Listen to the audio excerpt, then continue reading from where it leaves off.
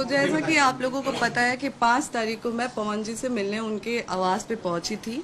वहाँ पे जब मैं पहुंची तो वहाँ पे कोई पुलिस, जैसा कि उन्होंने बोला था कि पहले से ही पुलिस वहाँ पे उनके भाई द्वारा बोला गया था कि वहाँ पे पहले से ही प्रशासन वहाँ पे थी, तो ऐसा कुछ नहीं था। मैं जब वहाँ पे पहुंची तो पहले हम लोगों ने गार्ड से पूछा, तो गार्ड ने ही हमें मना कर दिया कि नहीं, आपको ऊपर जाना अलाउ नहीं है, मना किया गया है। फिर जब हमने उनसे पूछा उतनी देर में प्रशासन आती है, प्रशासन द्वारा बोला जाता है कि आप थाने चलिए, थाने बैठ के बात होगी। मैंने बोला कि नहीं, मैं थाना नहीं जाऊंगी।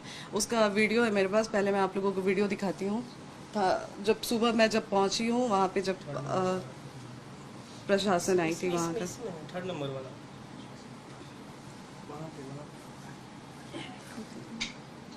ये वीडियो है जो सुबह जब मेरे पहुंचने के बाद प्रशासन बुलाई गई।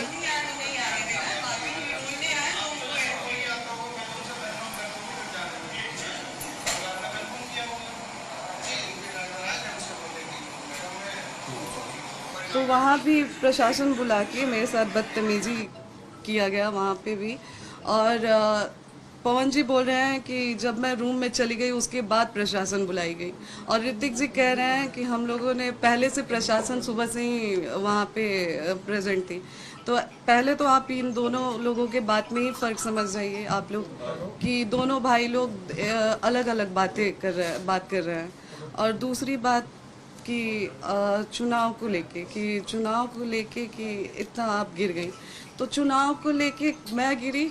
मैंने उसके बाद भी एक वो डाला कि पोस्ट डाला कि अगर आप मुझे पत्नी रूप में स्वीकार करते हैं तो मैं आज भी चुनाव लड़ने के लिए मना कर रही हूँ और मैं चुनाव नहीं लड़ूंगी। मैं यहाँ तक भी बोल रही हूँ कि अगर आप मुझे बोलेंगे कि आप अपने परिवार से रिश्ता ख़त्म कर दीजिए, आपके साथ अगर आप मेरे साथ ये भी कंडीशन रखते हैं कि आप अपने परिवार से नहीं मिलेंगी, आप अपने मायके नहीं जाएंगी, तो मैं वो भी करने के लिए तैयार हूँ। चुनाव नहीं लड़ेंगी, मैं वो भी करने के लिए तैयार हूँ, लेकिन शर्तें कि आप मुझे पत्नी के रूप में स्वीकार करिए तब। और चुनाव की बात, तो आप लोग ही बताएं कि 15 साल से पार्टी में स्टार प्रचारक के रूप में पवन जी ने काम किया है। 15 साल में उन्होंने अपने लिए टिकट नहीं, वो खुद के लिए टिकट नहीं ले पाए, तो मैं किस मुंह से जाऊंगी उनसे ये कहने कि आप हमें टिकट दिलाइए भाजपा से। मेरा ये सवाल है कि किस मुंह से आखिर मैं जाऊंगी। पहले वो अपने लिए तो टिकट ले लें, फिर तो वो हमें दिलाएंगे। जो 15 साल में कार्यकर्ता के रूप में काम किए पार्टी में, फिर भी उनको पार्टी के द्वारा टिकट नहीं मिला, तो वो हमें टिकट क्या दिलाएंगे। और बच्चे की बात रही कि बच्चे के लिए वो तरस रहे हैं, तो जो इंसान बच्चे के लिए तरसता है वो दवा नहीं खिलाता है अपनी पत्नी को। मुझे हर बार दवा खिलाया गया, और बहुत सारी चीज़ें मैंने आज भी मीडिया में नहीं रखी थी, लेकिन आज पवन जी ने मुझे मजबूर कर दिया है। मैं पवन जी को बदनाम नहीं कर रही हूँ, मैं बस अपना पक्ष रख रही हूँ। खुद के बारे में जो चीज़ें हैं वो मैं आज मीडिया में रख रही हूँ। पवन जी द्वारा मुझे जब दवा खिलाया जाता था, उस चीज़ के विरोध में जब मैं बोलती थी, तो मुझे इतना टॉर्चर किया गया कि मैंने स्लीपिंग पिल्स खा लिया था, नींद की गोली। उस समय उनके भैया रानू भैया जी थे, और उनके टीम मेंबर में से दीपक भैया थे, बिक्की जी थे। रात के 2 बजे वो लोग मुझे उठा के हॉस्पिटल ले गए, और वहाँ पे मेरा इलाज हुआ। हॉस्पिटल का नाम मैं आपको दिखाती हूँ। कौन सी दवा देते थे ज्योति जी, बता सकती है क्या? जी, वो जो गर्भपात का दवा खिलाते थे मुझे।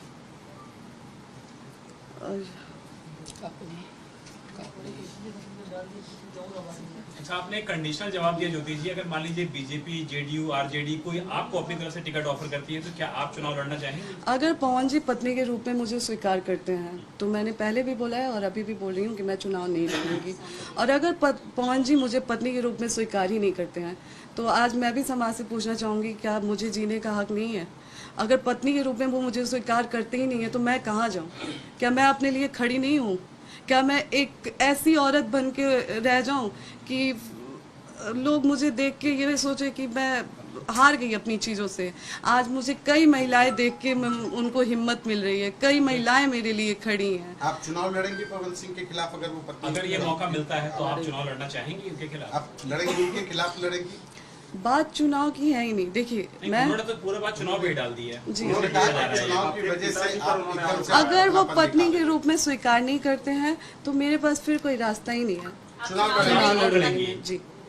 किसी से बात चल रही है आपकी, किसी पार्टी से, कौन देगा टिकट? फिलहाल देखिए अभी तो कुछ टाइम से मैं यहीं पे हूँ, तो मेरा जो भी बातचीत हो रहा था वो अभी फिलहाल इन सब चीज़ों में इतनी बुरी तरह से मैं वो हो गई हूँ कि अभी फिलहाल मेरी किसी से कोई बातचीत नहीं है। आपके पवन के खिलाफ लड़ेंगे या किसी भी सीट से लड़ जाएंगे? नहीं, मेरा इंटेंशन ये नहीं है कि मुझे पवन जी के खिलाफ लड़ना है। बाकी पार्टी मुझे जहाँ से अगर लड़ाती है या फिर पार्टी टिकट देती है तो फिर जैसा पार्टी का आदेश होता है वैसे ही करेंगे। जी मैंने बोला कि इतने टाइम में मेरी थोड़ी सी पार्टी से संपर्क टूट गई है जहाँ पे बात चल किस रही पार्टी किस से? पार्टी से संपर्क था? जी मैं अभी उस पार्टी का नाम एक्सपोज नहीं करना चाहती हूँ। काराकाट जहाँ से आप मैंने बोला तो कि जहाँ से पार्टी मुझे मौका देती है वहाँ से मैं चुनाव लड़ूंगी। काराकाट में आपको देखा गया है ना लगातार जनता से संपर्क करते हुए, तो क्या वो सीट आप सबसे ज्यादा प्रेफर कर रही हैं? जी बिल्कुल, मैं जहाँ पे बैठी हूँ वहाँ पे मैंने काराकाट के लिए ही मांग की है, क्योंकि लोकसभा चुनाव में पवन जी जब लोकसभा चुनाव लड़े थे उसके बाद पवन जी एक भी बार वहाँ पे नहीं गए। लोगों की उम्मीद, जो 2,75,000 लोगों ने उनको वोट दिया था, उन लोगों की भी इमोशंस के साथ खिलवाड़ हुआ। और आप मुझे ब्लेम किया जा रहा है कि आप राजनीति के लिए ये सब कर रही हैं। राजनीति के लिए तो आप इतने गिर चुके हैं कि आज आप जो 2,75,000 लोगों ने आपको वोट दिया है आप उनके भी नहीं हुए। आप अपनी पत्नी का तो छोड़ दिए, आप तो किसी के नहीं हुए। तो चुनाव के लिए राजनीति के लिए मैं गिर रही हूँ या आप गिर रहे हैं? आप दोनों में दूरियां क्यों बनी? कुछ अगर आप मतलब क्यों वो एक्सेप्ट नहीं कर पा रहे हैं? ये सवाल तो आप लोग पवन जी से पूछें। और एक और चीज़ जो पवन जी ने बोला है कि जब मामला कोर्ट में है, तो एक सवाल आज लोगों से, जनता से मेरा भी है। मैं चाहूँगी कि जनता ये सवाल मेरे तरफ से पवन जी से करे, क्योंकि मेरे किसी भी सवाल का जवाब तो पवन जी दे नहीं रहे हैं। मैं कुछ भी पूछ रही हूँ तो वो बोल नहीं रहे हैं। तो शायद जो जनता में आके वो बात कर रहे हैं, तो एक सवाल मैं चाहूँगी कि जनता मेरे तरफ से पूछे। और मैं आग्रह करूँगी जनता से कि एक सवाल मेरे तरफ से जनता द्वारा पूछा जाए कि क्या जब वो लोकसभा चुनाव में मुझे बुलाए थे उस समय कोर्ट में मामला नहीं था? क्या जब दोबारा मेरे मांग में सिंदूर डाला गया उस समय कोर्ट में मामला नहीं था? क्या दोबारा जब पति पत्नी की तरह मुझे रखा गया उस समय चुनाव में मामला नहीं था? क्या जब लोकसभा चुनाव से पहले पवन जी मुझे अपने फ्लैट पे लेके गए उस समय कोर्ट में मामला नहीं था? क्या जब दोबारा पवन जी चुनाव के बाद मुझे 20 दिन 25 दिन लाके अपने घर में रखे हैं उस समय कोर्ट में मामला नहीं था? और रही बात पति को याद करने की, आज मैं पति को याद कर रही हूँ, तो मैं आज से उनसे संपर्क करने की कोशिश नहीं कर रही हूँ। मैं बहुत पहले से संपर्क करने की कोशिश कर रही हूँ, लेकिन कभी उनके भाई द्वारा दुत्कार दिया जाता है, कभी उनके उनकी फैमिली से भी मैं कांटेक्ट, पवन जी से मेरी बात होती नहीं है, पवन जी मेरा फ़ोन उठाते नहीं है। और मैं किसी और से बात करने की कोशिश करती हूँ तो वो लोग मुझसे इस तरीके से बात करते हैं। मैंने कई बार कोशिश किया था बात करने की पवन जी से, आज से नहीं बहुत टाइम से मैं कोशिश कर रही हूँ, लेकिन पवन जी मुझसे बात नहीं करते थे। और ये रहा, मतलब आप लगातार उनसे संपर्क जी करना चाह रही हैं? जी, ये गलत बात है कि मैं चुनाव के टाइम उनसे संपर्क करने की कोशिश कर रही थी। मैं बहुत टाइम से उनसे बात करने की, हाँ, जब लोकसभा चुनाव के पहले हमारी कोई बातचीत नहीं थी, उस समय मैं भी संतुष्ट हो गई थी कि पवन जी ने मुझ पे डाइवोर्स फाइल कर दिया है। और पहले तो मैं ये क्लियर कर दूं लोगों से कि डाइवोर्स हमारे तरफ से नहीं फाइल हुआ है, डाइवोर्स पवन जी की तरफ से फाइल किया गया है। डाइवोर्स का केस पहले पवन जी ने डाला है, हमारे तरफ से नहीं हुआ। हमारे तरफ से शुरू से ही मैं लगी थी कि अपना रिश्ता बचा लूँ। हाँ, जब डाइवोर्स फाइल हुआ था तो मुझे भी हो गया कि चलो, मैं उस समय शांत हो गई कि उन्होंने डाइवोर्स फाइल कर दिया, वो नहीं रखना चाहते हैं, तो कब तक मैं ये चीज़ों को वो करूँ, कब तक मैं झेलूँ, तो मैं शांत हो गई थी। लेकिन दोबारा जब ये लोकसभा चुनाव में बुला के मुझे यूज किया गया, मेरे मांग में सिंदूर भरा गया, तो क्या मेरा कोई मान सम्मान नहीं है? क्या औरत की कोई इज्जत नहीं है? क्या औरत सिर्फ एक इस्तेमाल की चीज़ बन के रह गई आज समाज के लिए, कि जब आपको ज़रूरत पड़ेगा आप औरत को बुलाएंगे, मांग में सिंदूर डालेंगे, पति पत्नी का संबंध बनाएंगे और फिर चुनाव के बाद फिर छोड़ देंगे ये कह के कि कोर्ट में मामला है? ये कहाँ से इंसाफ है और ये कहाँ का इंसाफ है? आज पवन जी कह रहे हैं चुनाव के टाइम, तो छोड़े तो आप भी थे हमको चुनाव से पहले, तो फिर चुनाव के टाइम आपने क्यों याद किया? राजनीति के लिए मैं गिरी हुई हूँ या आप कर रहे हैं काम? और रिकॉर्डिंग, एक सेकंड बस, एक रिकॉर्डिंग इनके मैं उनके घर पे जब जाने की बात करती थी तो ये उनके भैया रानू जी हैं, उनका ये भैया ये अम्मा क्या स्टेटमेंट दी है बताइए तो। क्या चीज? कि पैसे पूछे हैं लोग कि ज्योति क्यों नहीं आई, तो बोली हैं कि पैसे, ज्योति को बस पैसा लेना था, पैसा लेके कितना पैसा दिए हैं लोग हमको। कब बोलोगे? कल रात में कहा? हाँ कितना पैसा आप बताइए कि इलेक्शन में कितना पैसा हमको दिया गया था। गाड़ी की बात है तो गाड़ी हम मांगे थे, कहीं दिखा दे पवन सिंह की हम उनसे गाड़ी मांगे हैं। वही तो बात हम एक और चीज बताइए भैया, चलिए आप समझदार है ना, आप बताइए कि जब तक मैं पवन सिंह की वाइफ हूँ क्या पूरा पवन सिंह का मेरा नहीं है? आज अगर घरों पे हम आके रहना चाहे तो कोई हमको निकाल देगा। अब तू क्या करबो ना करबो हम क्या जानते हैं भाई, लेकिन जब कोर्ट में तलाक के केस चलता है तो कोर्ट में भैया सुनिए वकील हक लेके जावे के यार। अरे भैया आपसे बात अरे पागल, हम जो तू कहत है कानून में कोई ऐसा नियम ही नहीं है। बात हम कह रहे हैं भैया, नहीं कानून में कोई ऐसा नियम नहीं है। यही नियम है कि जब तक तलाक नहीं होता है तब तक आप जाके अपने नहीं, जब कोर्ट में जब तलाक के केस चल रहा है भैया हम आ जाए, आप लोग रोक लेंगे हमको। आइए, हम आ जाए, रोक लेंगे हमको। हाँ आइए ठीक है, आप रोक लेंगे ना हमको। अरे मैं धारा ना यार, फालतू मत बोलो। धारा ज्योति इतना काम मत हमारे से मत करो, ठीक है ना? फोन मत काटिए आप क्यों नहीं काटे हैं? क्यों काटे? किसकी बात बताइए आपकी और जी ये ये पवन जी के बड़े भैया रानू जी से मेरी बात हुई थी, तो जब मैंने आने की बात किया तो ये लोग हमेशा मुझसे बहुत गंदे तरीके से बात करते थे मुझसे, हमेशा मुझे धमकी वमकी देते थे लोग कि आके दिखा दो, फिर हम लोग दिखाएंगे ऐसे वैसे रिकॉर्डिंग। और हॉस्पिटल, जिस हॉस्पिटल में मैंने नींद की गोली खाई थी, उसके बाद रानू भैया के द्वारा वहाँ पे पवन जी के पहले के टीम में से दीपक भैया जी थे, रानू भैया जी थे और बिक्की जी थे। हॉस्पिटल का नाम ये हॉस्पिटल है जिसमें मुझे 2 बजे रात को ले जाके इलाज करवाया गया। मैं कौन सा हॉस्पिटल है? बेले व्यू मल्टी स्पेशलिस्ट हॉस्पिटल। कहाँ का हॉस्पिटल है? ये हॉस्पिटल आपका शहर बता दीजिए। शहर मुंबई का है, अंधेरी है जी। इसमें सारे डिटेल हैं, अगर आप लोगों को पीछे से भी चाहिए। पवन जी कह रहे हैं कि 1.5 घंटा फ्लैट पर आप लोगों की बातचीत हुई, क्या बातचीत हुई? वो तो कह रहे हैं कि हमने बातचीत करने के बाद फ्लैट से बाहर गए थे। पहली बात तो पवन जी ने बोला कि 1.5 घंटे बातचीत हुई। उससे पहले जो उनके भाई ऋतिक जी इंटरव्यू में आए थे, उन्होंने बोला कि लगातार मैंने टिकट की बात की, जबकि आज पवन जी का स्टेटमेंट अगर आप लोग देखते हैं तो ऋतिक जी के स्टेटमेंट से बिल्कुल अलग स्टेटमेंट है पवन जी का। तो आप लोग ही डिसाइड करें ना कौन सच कौन झूठ बोल रहा है। मैं तो सामने मीडिया के बैठ के पवन जी को बोल रही हूँ कि एक बार आप भी बैठ जाइए, हम भी बैठ जाएं, जैसे आपने अकेले प्रेस कॉन्फ्रेंस किया, साथ में बैठ के एक बार कर लीजिए। हम कौन गलत कौन सही, आप मुझसे सवाल करिए।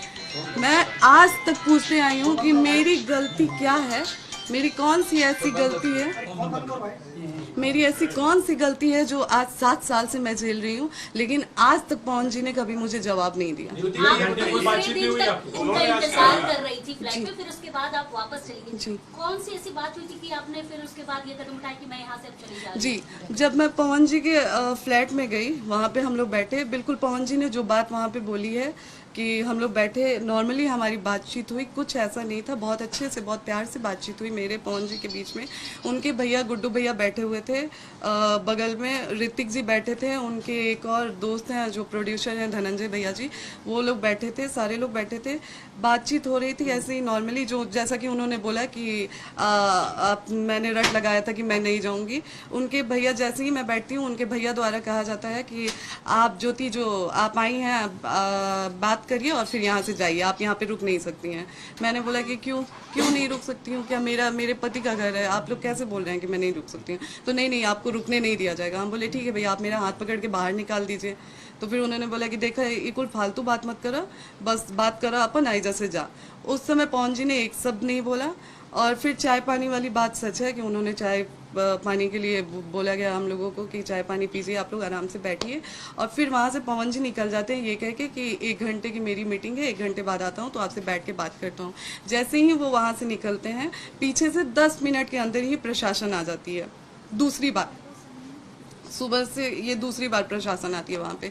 दूसरी बार प्रशासन आके आज जो मैंने वीडियो डाला है, SHO द्वारा मुझे धमकी दिया जाता है कि आप वहाँ से हटिए, नहीं तो आप पे FIR करा दिया जाएगा अगर आप ज़्यादा वो करेंगे तो क्या आज मैं जनता से पूछती हूँ कि अगर कोर्ट में मामला होते हुए पवन जी मुझे चुनाव में बुला सकते हैं, तो क्या 4 सवाल जो मेरे हैं उसका जवाब लेने के लिए मैं पवन जी के घर पे नहीं जा सकती हूँ? ज्योति जी एक बात बताइए, लोकसभा चुनाव में जब उन्होंने बुलाया था कि आप खुद गए? नहीं, लोकसभा चुनाव में अगर उसका भी साक्ष्य चाहिए तो आप लोग मैं अपने इंस्टाग्राम द्वारा डाल दूंगी, क्योंकि अभी वो मेरे मैंने जी, तो वो पवन जी लगातार मुझे ही नहीं, मेरे पिताजी को भी उनका कॉल आता था, और उस टाइम घंटों 2-2 घंटे मेरे पिताजी से बात होती थी कि पापा आपका आजीवन मैं बेटा रहूँगा, आपके लिए आजीवन मैं करूँगा। फिर मेरे लिए साड़ी का मैं पैसा भी दिया गया, मैं वहाँ पे गई तो कि ये साड़ी तुम अपने लिए ले लेना जाके, सारा कुछ किया गया। तो चुनाव में मुझे पवन जी द्वारा बुलाया गया। अच्छा, जितने दिन आप चुनाव में उनके पास थी, पति पत्नी की तरह आप लोग रहते थे कि अलग अलग? जी, शुरुआत में 4-5 दिन हम लोग पति पत्नी की तरह थे, फिर वहाँ पे ज़्यादा भीड़ होने लगी थी, उनके कमरे में लोग आने जाने लगे थे, तो एक दूसरा रूम खुलवाया गया था जिसमें मैं, वो और उनकी अम्मा और मेरी बहन रहते थे। अच्छा, इनिशियल वजह क्या रही आप लोग के बीच में जो फर्क आया या डिफरेंसेस आए, इनिशियल वजह क्या? सर, वही जवाब आज मैं भी चाह रही हूँ, और वही जवाब के लिए मैं पवन जी से लगातार संपर्क करने की कोशिश कर रही हूँ कि एक वजह हमें भी बता दीजिए कि हमारी गलती कहाँ रही है। कितने समय से आप लोग अलग? जी, हम लोग लगभग 1.5 से 2 साल साथ में रहे हैं। नहीं, फिर भी कोई वजह आपको जो समझ में आई हो? क्या इनिशियल जैसा कि जी, वो हमारे साथ रहते थे और हमें मतलब जैसे दवा हमेशा खिलाते थे, तो उस चीज़ का भी मैंने विरोध करना चालू किया कि नहीं, ऐसे नहीं होगा, मैं आपकी पत्नी हूँ, कब तक मैं ऐसे ज़बरदस्ती दवा आप खिलाते रहेंगे और मैं खाती रहूँगी, मतलब मेरे शरीर पे भी वो दवा गलत असर कर रही है, ऐसा नहीं, बस उस चीज़ों को लेके। और फिर जैसा कि मैंने पहले भी एक इंटरव्यू में बोला है कि किसी के द्वारा एक ऑडियो मैसेज पवन जी के फ़ोन में भेजा गया था कि ज्योति सिंह का इनसे संबंध है, उनसे संबंध है, बस उस एक ऑडियो की वजह से आज ज्योति सिंह यहाँ पे खड़ी है। आपके पिताजी पर भी आरोप था, मतलब मिसअंडरस्टैंडिंग रही जो किसी लोगों ने आपके बारे में जी, वो मिसअंडरस्टैंडिंग रही जिसे आज तक पवन जी ने क्लियर करने की कोशिश नहीं की। मैं लगातार उनसे मिलने के लिए भीख मांगती रही, बात करने के लिए भीख मांगती रही, लेकिन वो कभी मेरे सामने बैठने के लिए तैयार ही नहीं हुए। एक आरोप आपके पिताजी पर लगा कि उन्होंने कहा कि मेरी बेटी को विधायक बना दो, उसके बाद रखना हो तो रखो, छोड़ना हो तो छोड़ दो। अगर आप और पिताजी मैं उनसे पूछना चाहती हूँ कि क्या पार्टी वो चला रहे हैं, क्या उनकी कोई पर्सनल पार्टी है जो वो मुझे विधायक बना देंगे? आप ही बताएं, क्या कोई पार्टी उनकी पर्सनल पार्टी है जिससे वो मुझे विधायक बना देंगे? मेरे पिताजी किस उस पे जाके, हाँ, जब वहाँ पे पुलिस आया, मैं लाइव आई, तो वहाँ पे ये बोला गया फिर उनके लोगों द्वारा कि आप फिर से लाइव आइए और बोलिए कि पुलिस पवन जी द्वारा नहीं बुलाई गई थी, तभी पवन जी आपके साथ दोबारा बैठेंगे। मैंने बोला ये मैं नहीं करूँगी, अगर ये मैं करती हूँ तो सवाल हम पे उठने लगेगा। तो फिर वहाँ से साफ साफ बोला गया कि फिर पवन जी नहीं आएंगे। फिर भी मैं रात भर रुकी वहाँ पे कि पवन जी आएंगे, मैं बात करूँगी, जाऊँगी। मैं बार बार लगातार उनके दोस्त थे, उनके स्टाफ लोग थे, उन लोगों से पूछती रही कि क्या आप लोग पवन जी आ रहे हैं, क्या आ रहे हैं, लेकिन वो लोग लगातार रट एक ही लगा के रखे थे कि आप पहले लाइव आके बोलिए कि जो पुलिस आई थी, प्रशासन आई थी, वो पवन जी के द्वारा नहीं आई थी, तब आपको पवन जी के पास बैठाया जाएगा, तब आपसे पवन जी बात करेंगे। हम बोले भैया एक बार हमारी फ़ोन से बात करवा दीजिए, हम एक बार वो हमसे ये सारी चीज़ें बोल रहे हैं, तो नहीं, वो फ़ोन पे भी बात करने के लिए तैयार नहीं हो रहे हैं, वो नहीं आएंगे। फिर भी मैं रात भर वहाँ पे रुकी। जब मैं वहाँ पे रात भर रुकी तो उनके स्टाफ द्वारा सुनाया जा रहा था मुझे। पहले तो हम लोग पवन जी के कमरे में थे, मैं और मेरी बहन, तो वहाँ से आके बोला गया कि आप लोग यहाँ से निकल जाइए इस रूम से, क्योंकि यहाँ पे पैसे और ज्वेलरी, सारे गहने वहने रखे गए हैं। तो हम लोगों को भी डर लगा कि कल को ये लोग जब सिर्फ बात करने पे प्रशासन बुला सकते हैं, तो कल को ये लोग ये भी ब्लेम कर सकते हैं कि वहाँ से हम पैसे आभूषण लेके चले आए हैं। तो हम लोगों को उनके रूम से निकाल के सर्वेंट रूम में बैठा दिया गया, और रात भर हम लोग, मैं, मेरे भाई बहन, हम लोग रात भर वहाँ पे रुके। दूसरे दिन भी हम लोग शाम तक रुके, फिर भी जब पवन जी नहीं आए और लगातार हम लोग लोगों को इस चीज़ के लिए प्रेशर दिया गया कि लाइव आके आप बोलिए कि प्रशासन पुलिस द्वारा नहीं प्रशासन पवन जी द्वारा नहीं आई थी, तभी बात होगी। फिर मैंने बोला नहीं, और वहाँ से फिर मैं निकल गई। इस डर से मैं निकली कि कल को ये लोग फिर मुझे आके ये बोल देंगे कि मैं पैसे आभूषण लेके भाग गई हूँ। और मैं निकलते वक्त उनके स्टाफ को खड़ा करवा के अपने बैग का पूरा वीडियो भी मैंने उनके सामने बनाया कि भैया आप लोग खड़े हो जाइए, मैं अपना बैग चेक करवा दे रही हूँ, मैं यहाँ से कुछ लेके नहीं